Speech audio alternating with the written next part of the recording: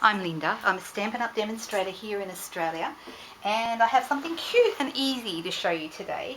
I wanted to show you how to use our new Sponge Brayers. Now, yes, mine are used. I was going to actually wait until my order arrived with a couple of new ones in there, but I was too impatient. I wanted to show you now. So you'll find these if you're looking in our new catalogue, the Stampin' Up! 2016 to 17 catalogue on page 180. In with all the colouring tools. They're here. Here, beg your pardon, where it says new Sponge Brayers, and a pack of 2 Sponge Brayers is $14 here in Australia. If you are in Australia and you're wanting to order, I'll have the address for you to place orders at the end of the video and in the comments. So I'm going to show you how easy it is to get an ombre effect. If you were to keep going, you could of course get a very even coverage, and that's the real charm of the Sponge Brayers. You can get great even coverage all over your piece. I'm actually using the beautiful Irresistibly Floral paper, which is embossed already with a design. There's 12 pieces of 12 by 12 paper in the pack, and I've just actually picked, so when you get the paper, it just comes white. You might be able to see the design when I turn it in the light there like that. But what we're going to do is we're going to add the colour with the Sponge Brayers. So in this case I've added Dapper Denim, which is our new blue from the In Colour range. And in this case I've done one in Elegant Eggplant, the dark purple from the Reach Regals range. So there's just a couple of examples of the different ones that you can do. So I'm going to show you how easy this is to do. And I'm going to use the Dapper Denim. I've still got the Elegant Eggplant one on from when I made those purple cards, so I'm just going to take it off. Your little sponge rollers just pop on and off the handle. Really easy to do. Just pop the end in the hole there and the other side, and it's ready to go. A word of advice about the ink pads. Your ink pads must be very new or quite wet. So you do need to make sure, if you're using an older ink pad, that you have a re-inker on hand. It needs to be very well inked for it to work well. And when you're inking it up, you roll it in one direction on your ink pad, so it gets lots and lots of coverage. Now, one of the things I love about the new Sponge Brayers is that they are quite forgiving in terms of it's actually fairly difficult to make a mess of them. And what I do when I'm starting is I start just at the very end of my paper, or just off the edge, and then start with a medium amount of pressure, going backwards and forwards, up, all the way along whatever strip or piece I'm using. Now right now it's still fairly light, a little bit darker at this end where I started. So to get the ombre effect, where you're getting it dark at one end and light at the other, you'll start from the same end each time to achieve that. Okay, let's bring this back. Again, same place, and let's go again. Don't worry if you get a few lines going across your paper at the beginning, because the more you do this, the less the lines will show. It evens out as you go. So just every time you do it, it looks a little bit more finished. So once again, now I'm actually going to stop going all the way to the end, down this end again. I'm just going to fill in a little bit here at the end. So you'll see what I mean about it being quite forgiving. And also, if you're worried about lines in one place, you can also come in a little bit of an angle.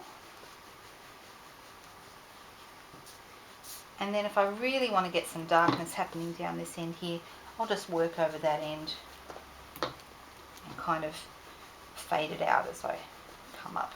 So I apply more pressure here on the end where I want there to be more colour, and I just keep working from the same direction all the time. One last one, because I want it really blue. I love this new colour. I just think that's gorgeous. So see how it's really dark down this end and a lot lighter up here. The secret to getting these embossed papers to look even at the very best, or a bit more dramatic, is to get a dry cloth or a tissue and rub it over your design. And the reason why is because some of the ink remains actually on, I don't know if you can see this now, this is quite white, whereas this design has still got blue on top of the white, and that's because I haven't got to that yet and rubbed it.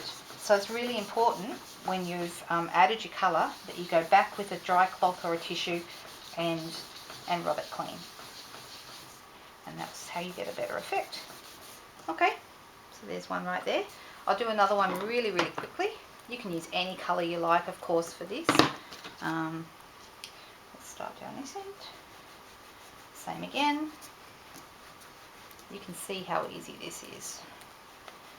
So I'm actually going to really quickly put a card together with this, and you'll see just how quick and easy it is to make cards using this beautiful technique. And it's, you know, it's so simple, but very effective, and people keep going. Every time I have a card I send out with these, everyone goes, oh wow, aren't they beautiful? But it's easy.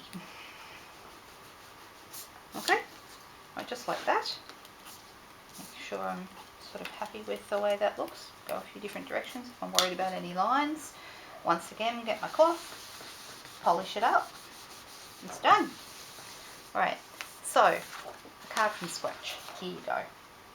We're going to use, oh, that is the only other thing. If you've been messing around, I've got a bit of blue on this already from where my fingers are all dirty. So that's not so great, but it's alright. Turn it over and use the other side. Right, I'm actually going to use, I've got a stamp set here.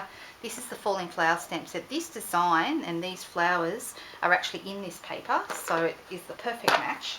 Mind you, you could use any flourishy kind of stamp. I'm just going to use it, I just want it to be a really subtle background, so I'm using Smoky Slate ink, which is the same colour as the cardstock. And I'm just going to pop that right there like that. Just simple. Okay, a little panel just here. If I wanted to, I could use, like I did with this one, which I think looks really nice, rounded off the corners. But this time I'm just going to pop this down. You could use dimensionals if you'd like this to have a bit of dimension. And then of course a thank you, or whatever sentiment you would like to have. This thank you is from the new Thoughtful Branches stamp set that comes out next month. Right, card finished, done. I could add some little diamantes if I wanted to, the middle of those, like I did on this one. You might be able to see those there. But how easy is that to do? Really simple, right? Or with a 2-inch strip like this, you could also make a quick bookmark. Just pop it into the channel. I'm using a little bit of satin ribbon, silver satin ribbon. Pop that through, and then grab some twine, you know, maybe some white or even some navy blue is close enough to this colour. I'd get away with that, and tie that around the top, and I've got a beautiful little bookmark or a tag. So these are super easy. I really love them. I've been getting some great effects and brayering over everything.